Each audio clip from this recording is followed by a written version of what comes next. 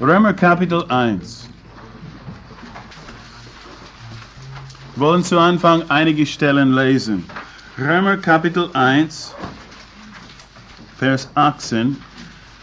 Denn es wird geoffenbart Gottes Zorn von Himmel her über alle Gottlosigkeit und Ungerechtigkeit der Menschen, welche die Wahrheit in Ungerechtigkeit besitzen oder niederhalten, weil das von Gott erkennbar unter ihnen offenbar ist, denn Gott hat es ihnen geoffenbart. Denn das Unsichtbare von ihm, sowohl seine ewige Kraft, als auch seine Göttlichkeit, die von der Schaffung der Welt an den Gemachten wahrgenommen werden, wird geschaut, damit sie ohne Entschuldigung seien, weil sie Gott kennend, ihn weder als Gott verherrlichten, noch ihn Dank darbrachten, sondern in ihren Überlegungen in Torheit verfielen und ihr unverständiges Herz verfinstert wurde, indem sie sich für Weise ausgaben, sind sie zu Narren geworden und haben die Herrlichkeit des unverweslichen Gottes verwandelt in das Gleichnis eines Bildes von einem verweslichen Menschen, von Vögeln, von vierfüßigen und kriechenden Tieren. Darum hat Gott sie auch dahin gegeben, in den Gelüsten ihrer Herzen, in Unreinigkeit ihrer Leiber, untereinander zu schänden, welche die Wahrheit Gottes in die Lüge verwandelt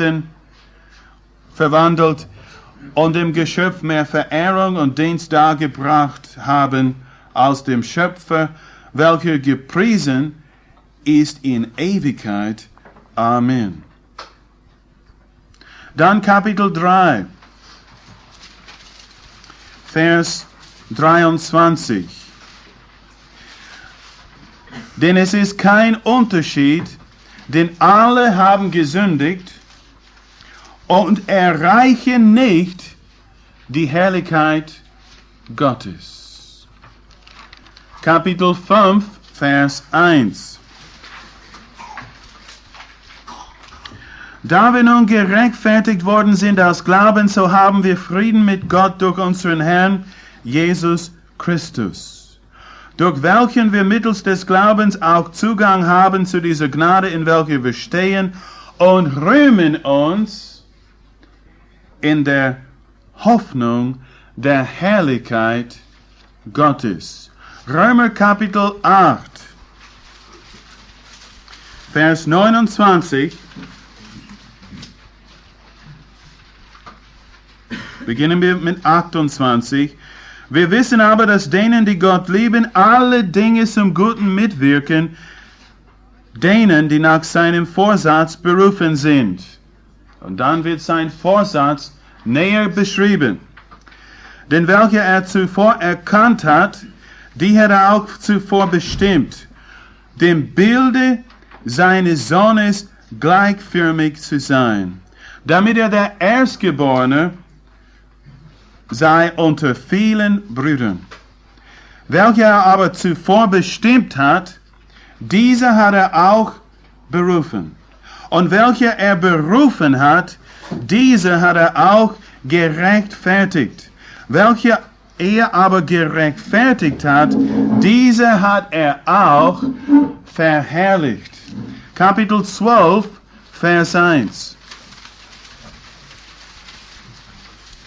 Ich ermahne euch nun, Brüder, durch die Erbarmungen Gottes euer Leiber darzustellen, als ein lebendiges, heiliges, Gott wohlgefälliges Schlachtopfer, welches euer vernünftiger Dienst ist. Und seid nicht gleichförmig dieser Welt, sondern werdet verwandelt durch die Erneuerung eures Sinnes, auf das ihr prüfen mögt, was das gute, wohlgefällige und vollkommene Wille Gottes ist.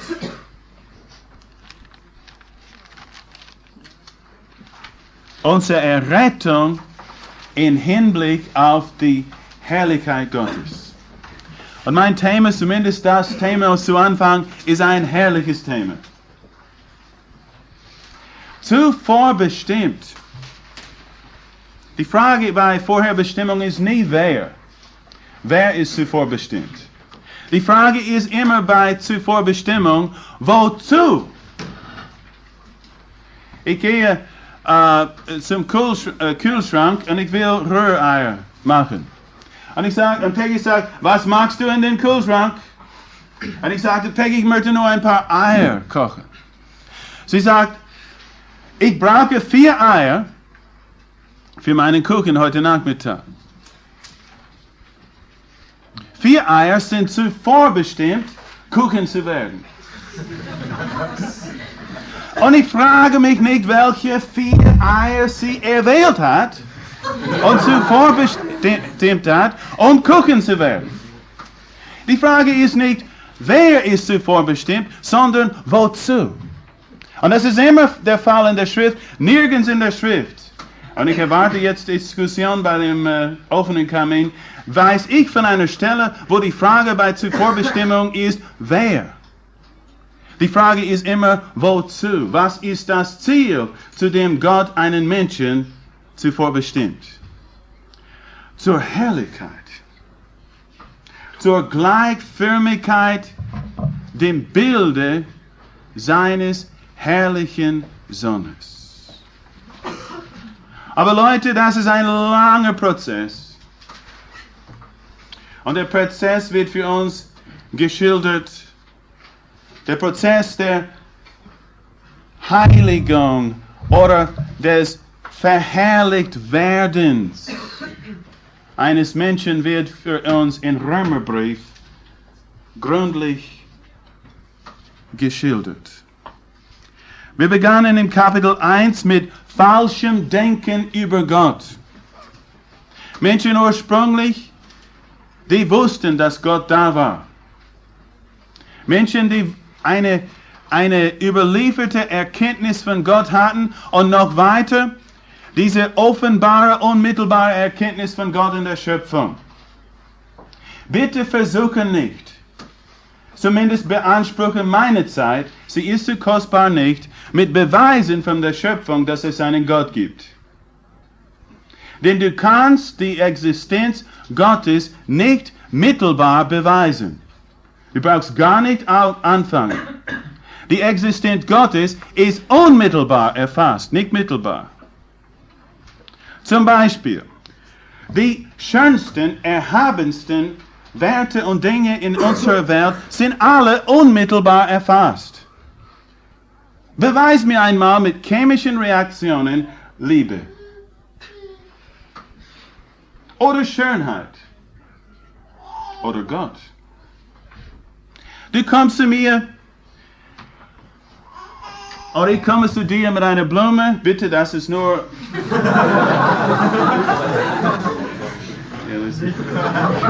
mit einer Blume.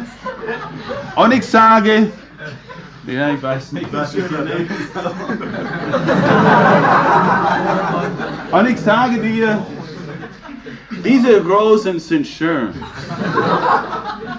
Und du sagst zu mir, wieso sagst du das? Beweise, bitte beweise, Fred, dass Rosen schön sind. Leute, ich behandle dich dann nicht mit meiner Vernunft, sondern mit Mitleid, wenn du nicht weißt, dass Rosen schön sind. Denn Schönheit ist unmittelbar erfasst. Und es bedarf sehr, sehr intelligente Menschen, so weit zu kommen, dass sie mit Wissenschaft beweisen können, dass es keinen Gott gibt. Ich lernte als Kind, dass wenn ein Frosch zum Prinz wird, das ist ein Märchen. Dann im Gymnasium lernte ich, dass wenn du den Frosch 300 Millionen Jahren gibst, das ist Wissenschaft.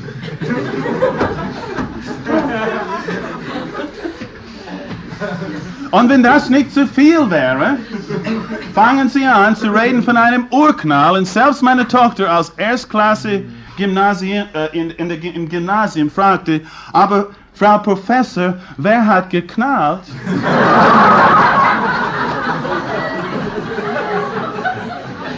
Die Existenz Gottes ist unmittelbar erfasst Und der ungebildetste Urwaldbewohner ist nicht so dumm, zu behaupten, dass es keinen Gott gibt. Der Mensch ist erfasst Gott in erster Linie unmittelbar. Einmal Aristoteles wurde von einem Schüler gefragt, was ist der Mensch?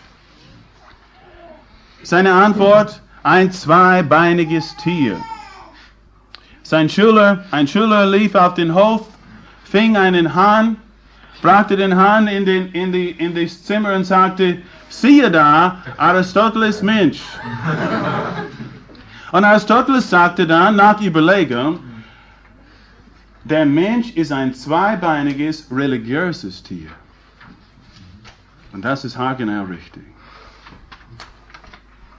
Und jeder Mensch, wenn er mit sich ehrlich ist und nicht verbildet ist, weiß unmittelbar, dass es einen Gott gibt. Denn diese gewaltige Auswirkung setzt eine genügende Ursache voraus. Und was haben Menschen getan? Sie haben die Herrlichkeit des unverweslichen Gottes versucht, auf ihrem Niveau herunterzuziehen. Und verwandelten Gott in ihren Gottesvorstellungen von dem unverweslichen, unermesslichen Gott in das Bild von einem Menschen. Oder von einem Vogel. Oder von einem Wurm. Und das Problem ist, dass wenn Menschen, und das ein weiterer Effekt ist, dass wenn Menschen nicht würdige Ideen von Gott halten können, können sie ihre eigene Würde nicht erhalten. Und Gott hat sie dahin gegeben, in einen Sog der Perversion und der Torheit. Weil sie versuchten, den erhabenen, unverweslichen Gott herunterzuziehen, auf ihrem Niveau und aus ihm ein Bildnis zu machen wie ein Mensch, Gott zu machen wie einen Menschen. Und weiters lesen wir, und das ist der Fall für alle Menschen, dass alle haben gesündigt und erlangen nicht die Herrlichkeit Gottes. Wenn du dich bekehrt hast, dann hast du alles, was notwendig ist, für Gott selig zu leben in dieser Welt. 2. Petrus Kapitel 1. Wir haben die Fülle dessen, was Gott uns gibt, ein heiliges Leben zu führen. Und du magst ein konsequenter Christ werden, bis du 99 Jahre alt bist, aber du wirst immer noch nicht die Herrlichkeit Gottes erreicht haben. Römer Kapitel 5 sagt uns, dass wir, da wir jetzt gerechtfertigt worden sind, haben wir Zugang mit Gott. Wir stehen gegenwärtig in Gnade. Und wir rühmen uns in der sicheren Zuversicht. Das Wort rühmen heißt Zuversicht, eine freudige Zuversicht in der Hoffnung der Herrlichkeit Gottes. Eine absolut positive, felsenfeste, zuverlässige Zuversicht, dass wir eines Tages die Herrlichkeit Gottes erreichen werden. Wir sind errettet im Hinblick, in der Hoffnung der Herrlichkeit Gottes. Und wir haben gesehen, dass unsere Verherrlichung so sicher ist als unsere Rechtfertigung, die er zuvor erkannt hat, die hat er zuvor bestimmt, dem Bilde seines herrlichen Sohnes gleichförmig zu werden. Die er zuvor bestimmt hat, die hat er berufen. Und die er berufen hat, die hat er rechtfertigt. Das ist leicht nachzuvollziehen, oder? Wir sind gerechtfertigt, oder? Und die er rechtfertigt hat, lesen wir, die hat er schon verherrlicht. Ihr seid ganz eine fesche Gruppe von Leuten. So herrlich seht ihr aber nicht aus. im Vergleich mit dem Herrn Jesus Christus. Aber in Gottes Ratschluss, in seinem Vorsatz, sind wir jetzt verherrlicht. Und es ist nur eine Frage der Zeit und unsere Zeit rückt uns heran und jedes Auge wird sehen, wer wir sind. Wir sind gestorben, liebe Leute. Und unser Leben ist Christus. Und unser Leben ist verborgen mit Christus in Gott. Und wenn Christus geoffenbart wird, werden wir geoffenbart werden mit ihm in Herrlichkeit.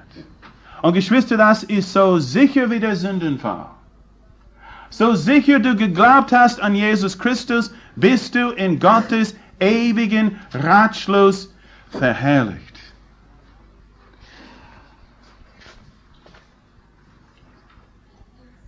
So viel hätte ich lange Zeit predigen können. Aber ich hatte ein großes Problem. Denn ich sah den Ratschluss Gottes irgendwie vielleicht zu philosophisch. Für mich war alles irgendwie mechanisch. Ein automatisiertes Heil. Wisst ihr, was ich meine?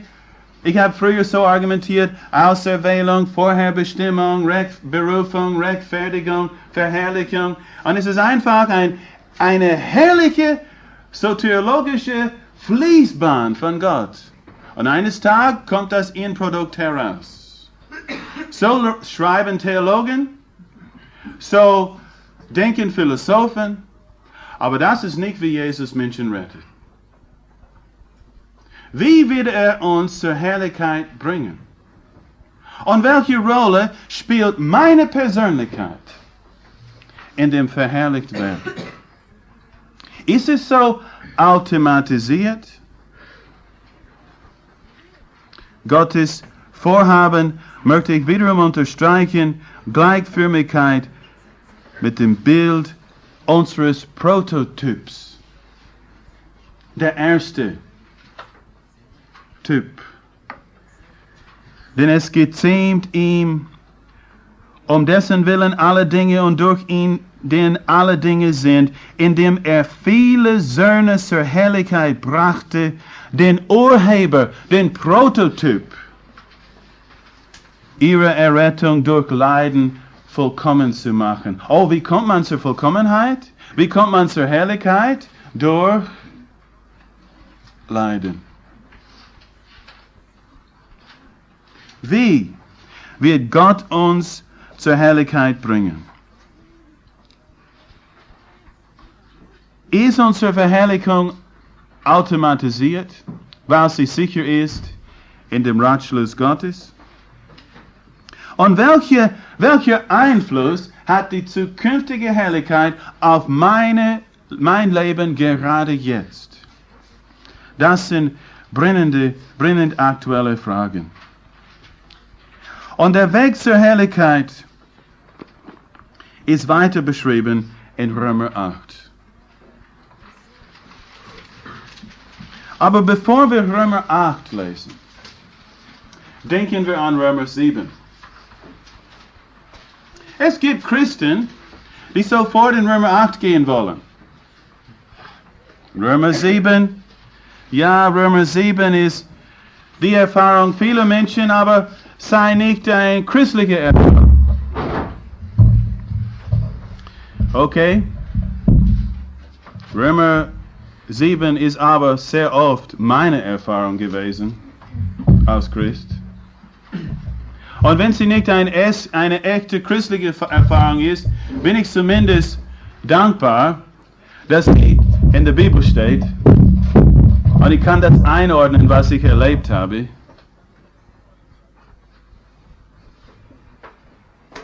Manche Leute sehen den Höhepunkt von Römerbrief in Römer 6.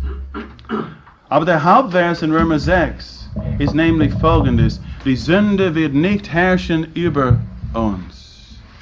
Denn wir sind nicht unter Gesetz, sondern unter Gnade. Sehr viel wird geredet über die ersten 12 Verse von Römer 6. Vers 14 ist aber eine sehr, sehr wichtige Stelle. Warum wird Sünde nicht herrschen über mich? Weil ich nicht unter Gesetz bin. Ich erlebe es immer wieder, dass ich sündige. Wenn ich unter Gesetz wäre, was wäre das Ergebnis? Das Gesetz verurteilt mich. Und es sagt, Fred, du bist auf dem Boden. Du bist prächtig auf dem Boden. Du hast gesündigt. Aber Gnade sagt mir, Fred, du kannst wiederum aufstehen. Ich bin nicht unter dem Gesetz. Ich bin unter Gnade. Aber ich spüre immer wieder, in meinem Leben erlebe ich immer wieder, im Umgang mit Gottes gerechte Forderung, sei das, du sollst nicht begehren deines nächsten Esel oder Ochsen, das habe ich nie erlebt, aber schon sein Motorrad und eine Mikrowelle.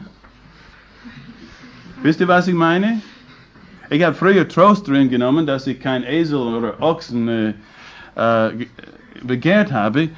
Aber sei es das Gesetz so, dass ich Gottes klare, gerechten Maßstab sehe anhand des Gesetzes oder anhand eines ganz einfachen Verses wie arme Gott naht wie geliebte Kinder. Und wenn ich an Gott denke, und wenn ich an dieses klare Gebot denke, ich soll Gott nachahmen, dann sehe ich diesen krassen Unterschied zwischen mir und meinem Gott. Und so sehr oft mache ich die Erfahrung, dass ich sehe in meinem Herzen, ich will das tun, was Gott will. Ich will das in meinem Herzen. Mein Wille ist bereit. Und in meinem Sinn, in meinem Verstand, stimme ich überein mit der Rechtsforderung Gottes. Kennst du das? Du willst es tun. Und in meinen Gefühlen, in meinen Emotionen, ich sage, ja, Herr. So mit ganzem Herzen und ganzem Verstand und mit ganzer Kraft möchte ich. Und was erlebe ich? Immer wieder Versagen. Warum gibt es das? Israel hat eine Römer 6 ähnliche Erfahrung, als sie Jordanfluss überquerte, nicht wahr? Römer 6 ähnlich. Wie sie sind hinabgegangen auf dem Westufer und dann durch den Fluss hindurch und dann hinaufgegangen jenseits des Flusses auf dem Ostufer, nicht wahr? So etwa wie eine Taufe. Römer 6. Durch den Fluss des Todes. Oh, jetzt sind wir in Kanaan. Gut. Römer 8, oder? Nein, noch nicht.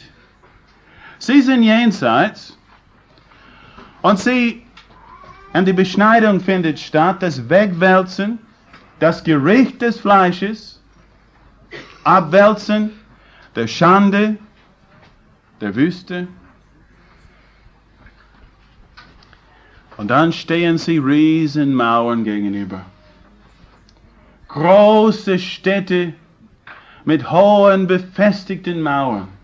Und in dieser Stadt zum Beispiel Jericho, Menschen, die ihre Kinder geopfert haben zu Göttern. Menschen, die homosexuell als Alltagsbeschäftigung betrieben haben. Ganz normal war das. Perversion, Hurerei, Sodomie, all diese Dinge und grausamsten Vorstellungen von Gott. Jahrhundertelang reifte das Gericht dieser Menschen. Und Gott sagt, diese Stadt ist unter der Bann. Und diese Stadt und alle Bewohner der Stadt gehören zerstört. Es ist unter der Bann. Und so was tut Gott dann? Gott lässt sein Volk die Stadt herumziehen. Und das muss interessant gewesen sein, weit genug weg von dem Feindespfeiler. Und um die Stadt herum schauen immer wieder während sie gehen und dann tarantarantan, tarantarantan. Ziemlich einen großen Bogen haben sie gedreht, um weit genug weg zu bleiben von den Pfeilen des Feindes, nicht wahr? Und die Kinder haben gesagt, gewaltig, ja, schau mal. Und die Leute haben gedacht, boah, das ist eine große Mauer, wie werden wir jemals reinkommen? Das war Montag. Gut. Am Montagnachmittag, als wir wiederum im Lager waren, ja, das war gewaltig. Ja, was war das heute? Ich weiß nicht. Der Herr hat gesagt, wir sollen es tun. Am Dienstag stehen sie auf. Und sie ziehen um die Stadt. Und Mittwoch. Und sie ziehen um die Stadt. Und am Donnerstag, bin ich mir sicher, haben sie die ganze Nacht gebetet. Was ist los hier? 4 Tage jetzt unterwegs und nichts ist passiert. Freitag, um die Stadt. Ja, und langsam die Leute fangen an zu sagen, was machen wir hier?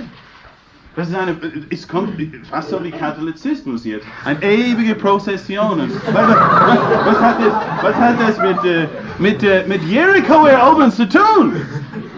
Und Samstag, und um die ganze Stadt herum. Und wenn das nicht genug wäre, Sonntag, 7-mal um diese Stadt. Warum das?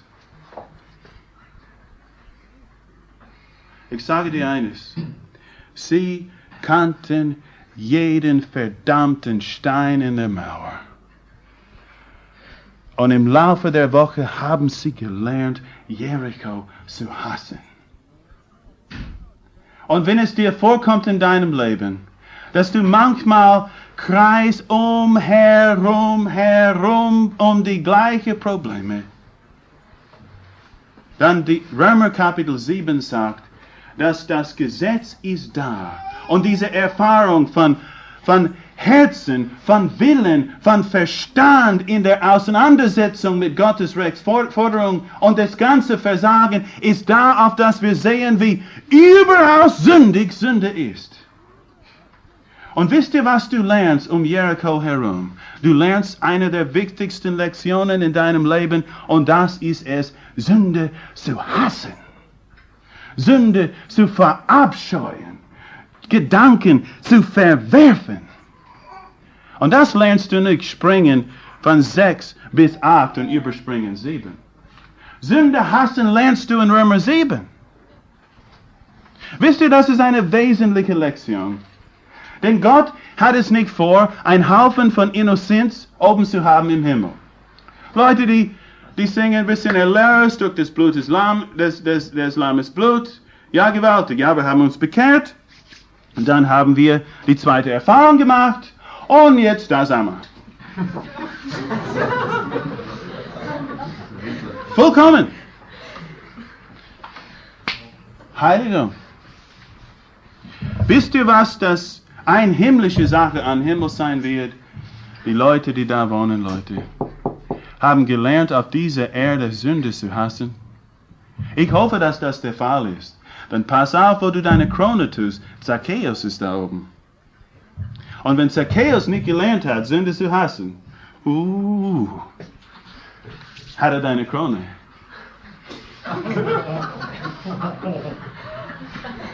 Nicht wahr? Sünde hassen, wir haben gestern darüber geredet. Weißt du, diese Gedanken, von denen wir reden, manchmal monatelang die Beschäftigung mit einem Gedanken. Und was lernst du da, Bruder? Was lernst du da, Schwester? Du lernst, wie überaus sündig Sünde ist. Und Römer 7 ist eine sehr wichtige Erfahrung. Wir werden regelrecht getrieben in Römer 8. Getrieben von dem Gesetz. Von den hohen Maßstäben Gottes, getrieben in die Arme, sozusagen, von dem Heiligen Geist. Denn das Gesetz sagt mir, was schief ist an meinem Leben. Das Gesetz hilft mir, Sünde kennenzulernen, unmittelbar. Das Gesetz treibt Mickey Mouse Denken aus meinem Kopf in Bezug auf Sünde. In Bezug auf mich, in Bezug auf wie gut ich bin. das Gesetz Gottes und Gottes hohe Maßstäbe zeigen mir, wie schief ich bin und wie senkrecht Gott ist und wie weit der Weg zur Herrlichkeit ist und wie wichtig, nicht wichtig, wie unentbehrlich der Heilige Geist ist. Und so Römer 8, 1.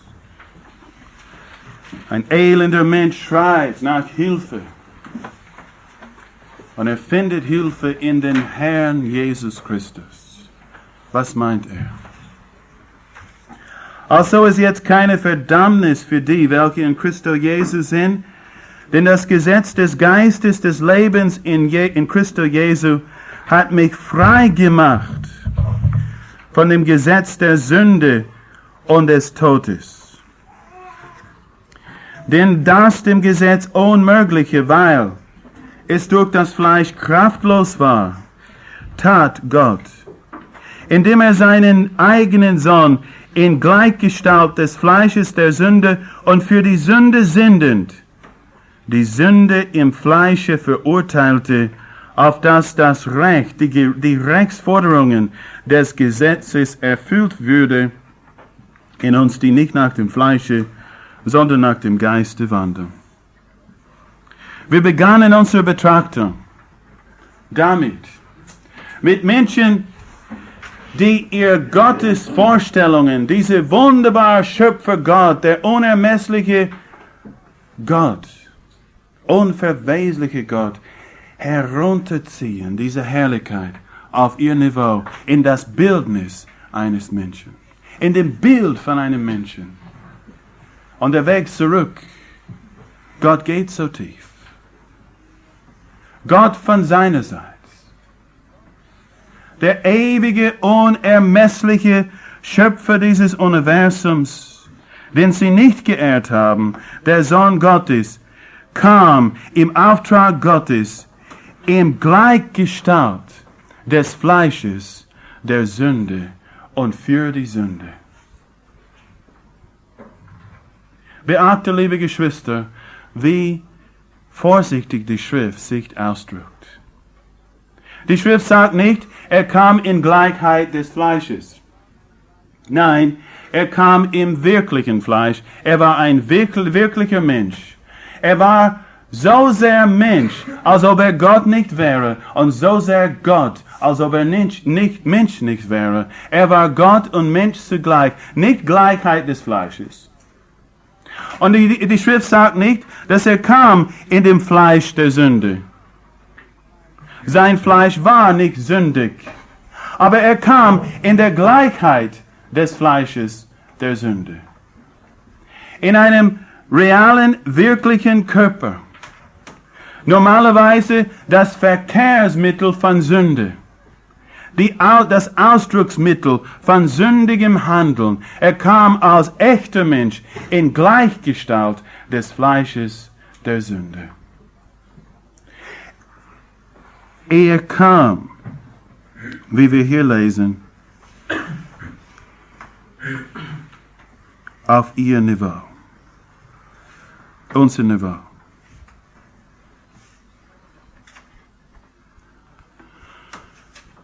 Tief neigt der Himmel sich zu armen. Immanuel wollte sich uns nahen. Gott wurde Mensch, oh, welch Erbarmen du sein Volk, bete staunend an. Wunderbar. Das habe ich geschrieben an meine Weihnachtskarte, an meine 14 oder 16 ungläubige Freunde, die ich geschrieben habe zu Weihnachten. Aber ich schrieb die dritte Vers auch. Tiefer noch muss die Liebe gehen, hat sich an unser Platz gestellt. Er hing am Kreuz in Schmach und Wehen, starb für eine verlorene Welt. In Gleichgestalt des Fleisches der Sünde und für die Sünde sendend. Was das Gesetz nicht tun konnte, weil es schwach war oder kraftlos war durch das Fleisch.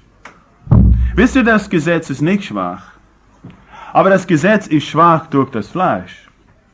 Das Gesetz ist wie ein Hebel aus Eisen, etwas so dick. Gell? Du kannst mit einem Hebel aus Eisen sehr viel bewegen, oder? Aber nehmen wir einen Drehpunkt. Du brauchst einen Hebel und du brauchst einen Drehpunkt, oder? So, zu bewegen, oder? Nehmen wir einen Hebel aus Eisen und einen Drehpunkt aus Quark. Wie sieht das aus? Oder Kalbsleber. Einfach ein riesen Hebel und dann... Und das ist das Problem. Nicht der Hebel, das Problem bin ich. Und in der Auseinandersetzung mit Gottes Rechtsforderung, dann sehe ich, wer ich bin. Und das ist die erste und wichtige Lektion. Wie schwach, wie kraftlos das Fleisch ist. Und das Wort erinnert mich an eine Geschichte. Darf ich? In Johannes Kapitel 5 lese ich von einem Mann an einem Teich. Und das Teich am Haus der Erbarmen, das Teich der Erbarmens, war eine Einrichtung des Erbarmens Gottes. Kranke Leute waren da, wir lesen hier. Es ist aber in Jerusalem bei dem Schaftor ein Teich, der auf Hebräisch Bethesda zubenannt ist, welcher 5 Säulenhallen hat. In diesem lag eine Menge Kranker. Das Wort buchstäblich ist Kraftlose oder Schwache. Eine Menge kraftlose Menschen, Blinde, Lahmen, Dürre, die alle warteten. Es war aber ein gewisser Mensch, da selbst der 38 Jahre mit seiner Krankheit behaftet war. Als Jesus diesen da liegen sah, wusste er, dass er schon lange Zeit als so mit ihm war, spricht er zu ihm, willst du gesund werden?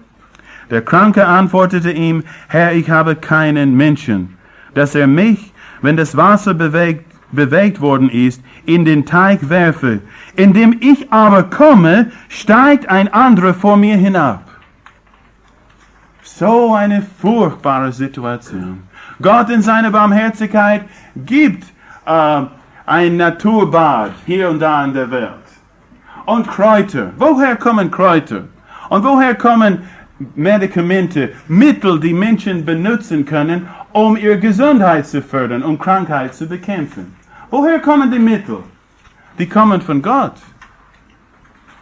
Und hier ist ein Mittel, das Gott gegeben hat, Menschen gesund zu machen. Und hier ist ein Mensch, 1 Meter weit weg von dem Mittel. Ein Mittel zum Leben. Tu das und du wirst leben.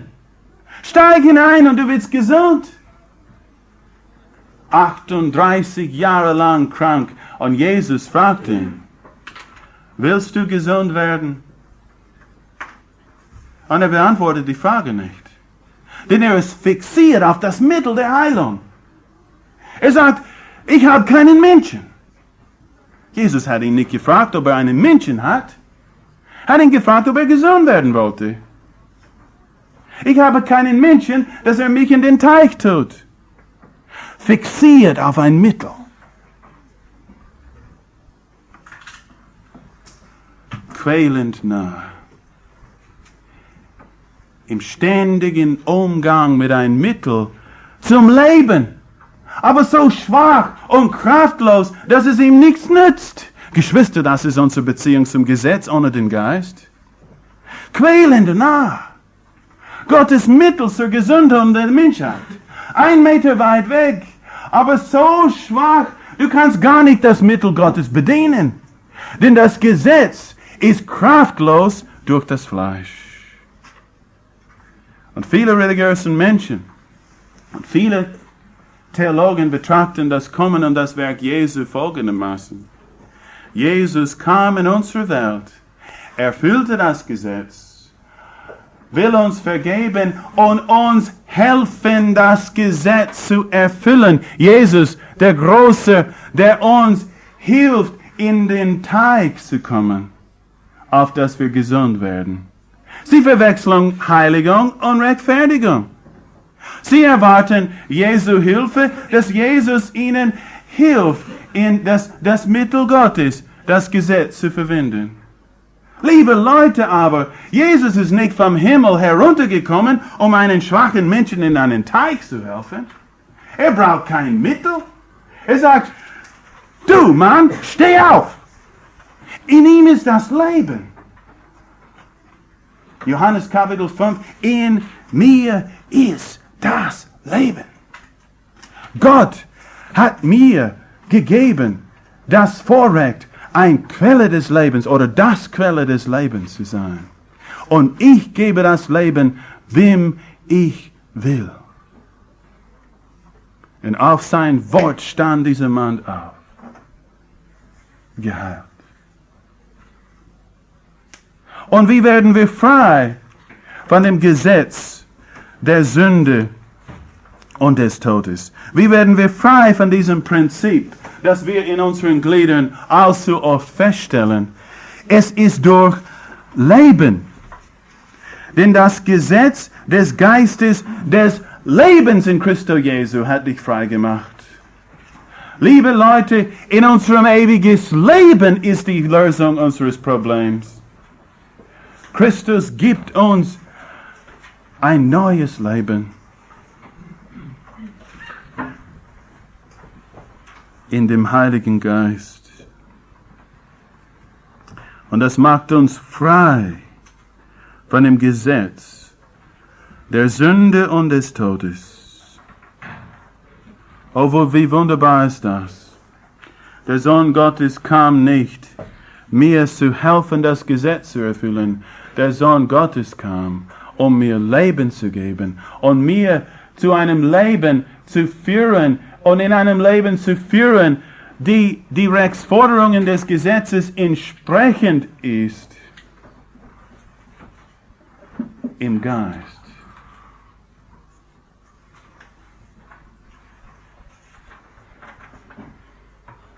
So wunderbar, wie es hier steht. Er kam in Gleichgestalt des Fleisches der Sünde und für die Sünde er verurteilt Sünde im Fleisch. Das muss wirklich verwunderlich sein für Johannes den Täufer. Johannes den Täufer beauftragt die ganze Sünder in der Nachbarschaft zu taufen, wenn er meint, dass sie Buße tun. Und hier kommt einer auf ihn zu, knietief in Schlamm im Jordansfluss. Er steht im Jordansfluss als Sünder, Leute. Identifiziert sich mit dem sündigen Überrest des jüdischen Volkes. Warum bist du da? Ich habe es not, von dir getauft zu werden. Auf das, was? Was sagte Jesus? Aber auf das, alle Gerechtigkeit, die Rechtsforderungen des Gesetzes, auf das alle Gerechtigkeit erfüllt wird, muss es so sein. Er kam in Gleichgestalt des Fleisches der Sünde, den Sündern beigezählt am Kreuz. Und für die Sünde. Die griechische Übersetzer des Alten Testaments in Alexandrien haben ein interessantes Wort benutzt, als sie das Sündopfer im 3. Buch Mose übersetzten. Sie haben das Wort benutzt für Sünde. Und so, du liest in dem griechischen Text, und wenn man bringt ein Stier als für Sünde, dann soll es einjährig sein. Und wenn man bringt von den Ziegen oder Ziegen für Sünde, und das Wort Sündopfer ist einfach, ganz einfach übersetzt auf Griechisch für Sünde. Jesus kam in Gleichgestalt des Fleisches der Sünde und für Sünde als Sündopfer. Er verurteilt Sünde im Fleisch. Wie tat er das?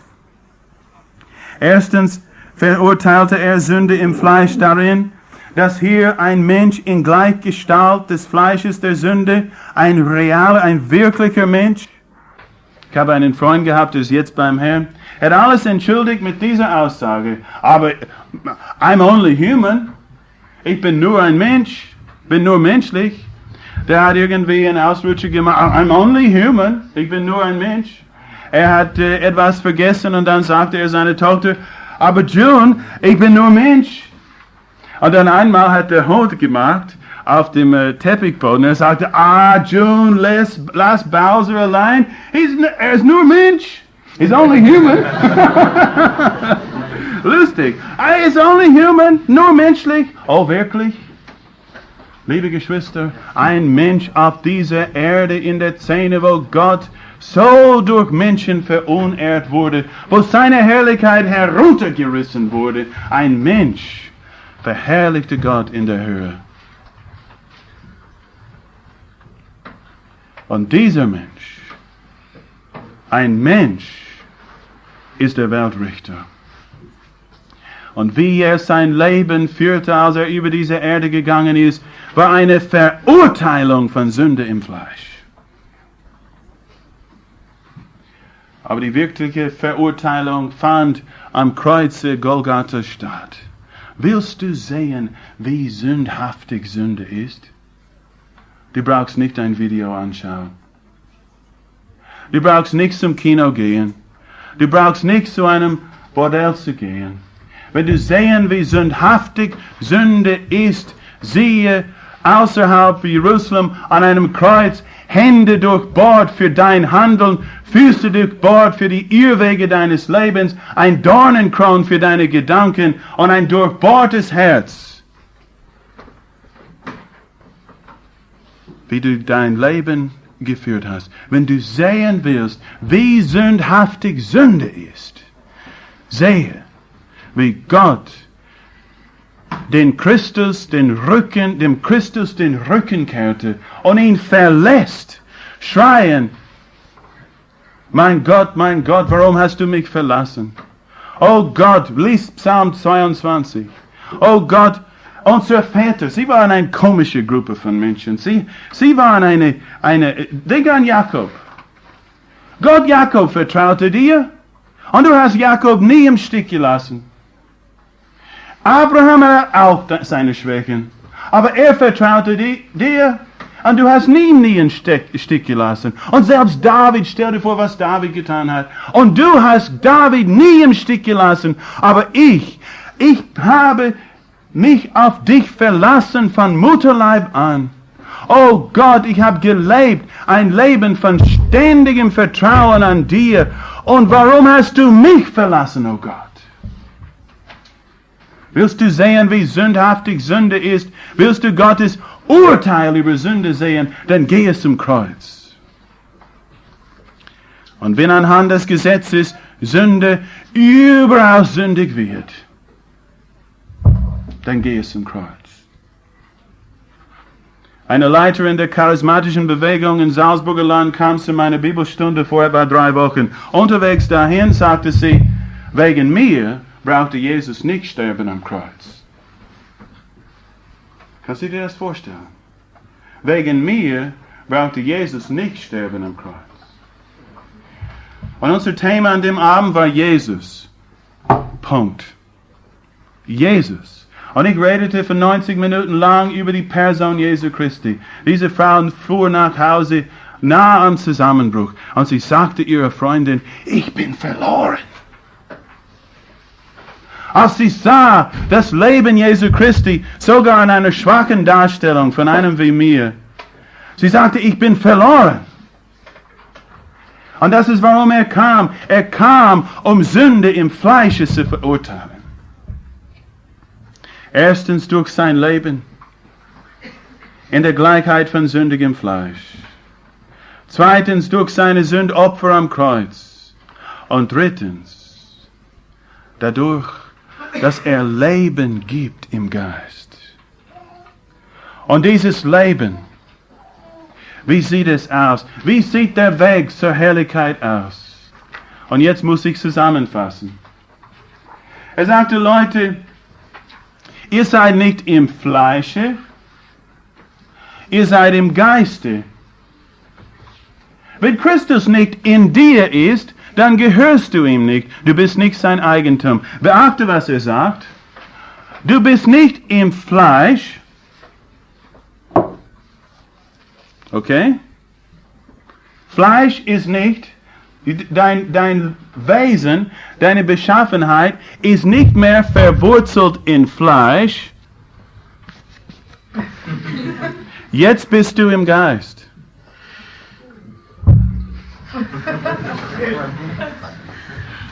Ja, deswegen nicht Wasser. Ich kann das eher ertragen so. Und wenn der Geist nicht in dir ist,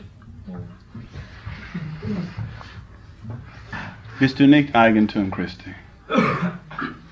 Beachte hier zwei Dinge. Ich bin im Geist und der Geist ist in mir. Das ist meine Stellung vor Gott. In 1. Korintherbrief sagt es ein bisschen anders. Wir sind alle zu einem Leib getauft. Es seien Juden oder Griechen, Sklaven oder Freien. Wir sind alle in den Leib in einem Geist getauft. Du bist im Geist.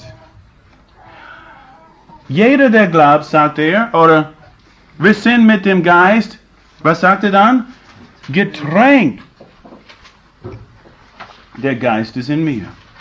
Beides sind notwendig. Ich trage grundsätzlich keine Krawatte, außer am Sonntag in der Früh, wenn ich predige. Aber wenn du meine Krawatte nimmst und ein bisschen ziehst, dann bin ich in der Luft, aber ich habe keine Luft in mir. Okay? Das ist gefährlich. Ist genauso gefährlich in einem Raumschiff, tief zu atmen und dann aus der Tür zu gehen. Denn du hast Luft in dir und keine Luft um dich und du willst wie ein Ballon platzen. Du musst in der Luft sein und der Luft in dir. Und so ist es im Leben im Geist. In unserer Stellung sind wir im Geist. Und der Geist ist in uns. Jetzt. Das ist die Voraussetzung. Unsere Stellung nicht mehr im Fleisch. Jetzt sind wir im Geist. Ein ganz neues Leben haben wir. Das Leben, das Gesetz des Lebens, des Geistes des Lebens. Und ich bin im Geist und der Geist ist in mir. Und wenn ich wandle nach dem Geist, das ist nicht Stellung, das ist Praxis. Ich habe den Geist in mir. Ich bin im Geist. Und wenn ich nach diesem Lebensprinzip wandle, nach der Führung des Geistes, dann bin ich frei gemacht in Praxis von diesem Sog von Sünde und Tod.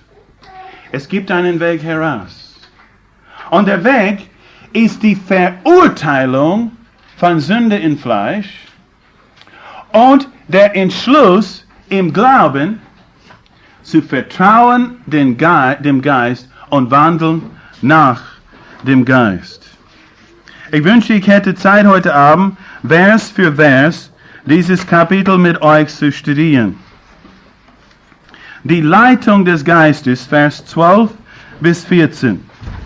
So denn, Brüder, sind wir Schuldner nicht dem Fleische, um nach dem Fleische zu leben. Denn wenn ihr nach dem Fleische lebt, so werdet ihr sterben. Wenn ihr aber durch den Fleisch, den Geist, die Handlungen des Fleisches tötet, so werdet ihr leben. Denn so viele durch den Geist geleitet werden, diese sind Söhne Gottes. Ist das nicht wunderbar? Das Geburtsrecht der Söhne Gottes ist die Leitung des Geistes. Und die Leitung des Geistes ist nicht ein Prinzip für Sonntag beim Brechen des Brotes oder bei den Versammlungen und Zusammenkunft der Gemeinde. Die Leitung des Geistes ist das Prinzip des Lebens in Christus, das sich über unser ganzes Leben erstreckt und auch über alle Aspekte unseres Lebens als Versammlung. Die Leitung des Geistes. Negativ gesehen, die Tötung des Verlangens, des sündigen Verlangens des Fleisches. in der Kraft des Geistes lernen, Nein zu sagen. Lernen in der Kraft des Geistes, Sünde zu verurteilen in mir. Ja zu sagen zu Gott, einverstanden zu sein mit Gottes Urteil. Positiv gesehen, die Leitung des Geistes bedeutet Wachstum, Fortschritt, erwachsene Sohnschaft in meiner Beziehung mit Gott.